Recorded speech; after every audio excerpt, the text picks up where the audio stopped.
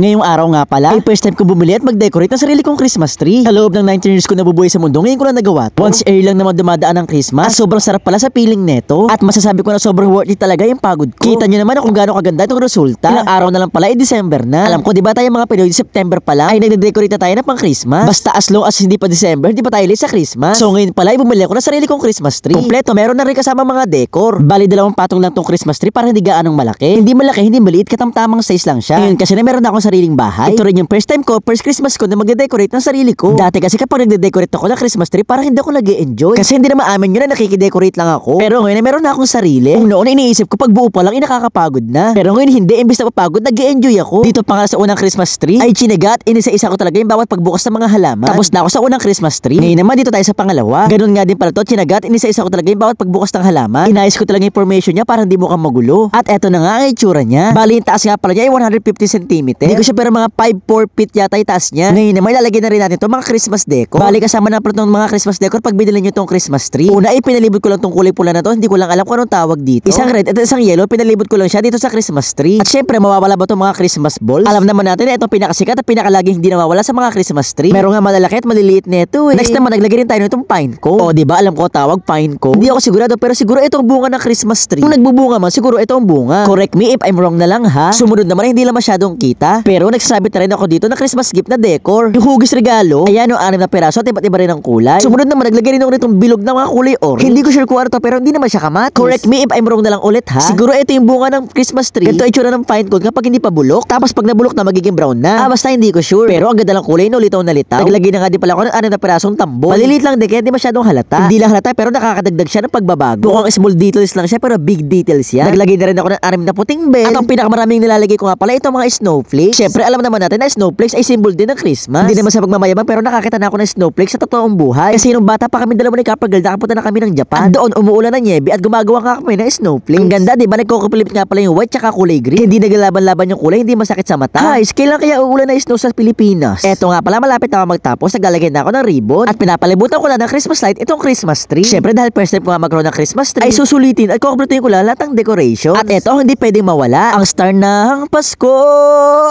At tene! Eto na ang aking Christmas tree. Pinuesto ko na nga siya dito sa tabi ng TV. At winalisan ko lang din muna yung sahig dahil meron pa ako dadagdag na Christmas deco. Dahil wala pa akong Christmas carpet. Eto nga, naglalagay na ako ng Christmas stoptoy dito sa ilalim ng Christmas tree. Kasi tingnan nyo naman sobrang nakakadagdag ganda to. Tingnan nyo naman parang yayaman eh. Pero hindi mahal yan ganda sana all. At eto na talaga ang aking Christmas tree. Punong-puno ng Christmas decor. Ngayon naman bubuksan natin ng Christmas light. Wow! Grabe mga kadugit. Wala talaga akong masabi kundi wow lang. Worth it talaga yung pagod ko sa pagbuo nitong Christmas tree. Nung nakita ko nga to na wala bigla yung pagod ko. Mga kadugit, gusto ko lang sabihin sa inyo na advance Merry Christmas. Mga kadugit, tanong lang kung i-rate nyo 1 to 10 itong Christmas tree ko. Anong score ang bibigay nyo at bakit? Comment nyo na!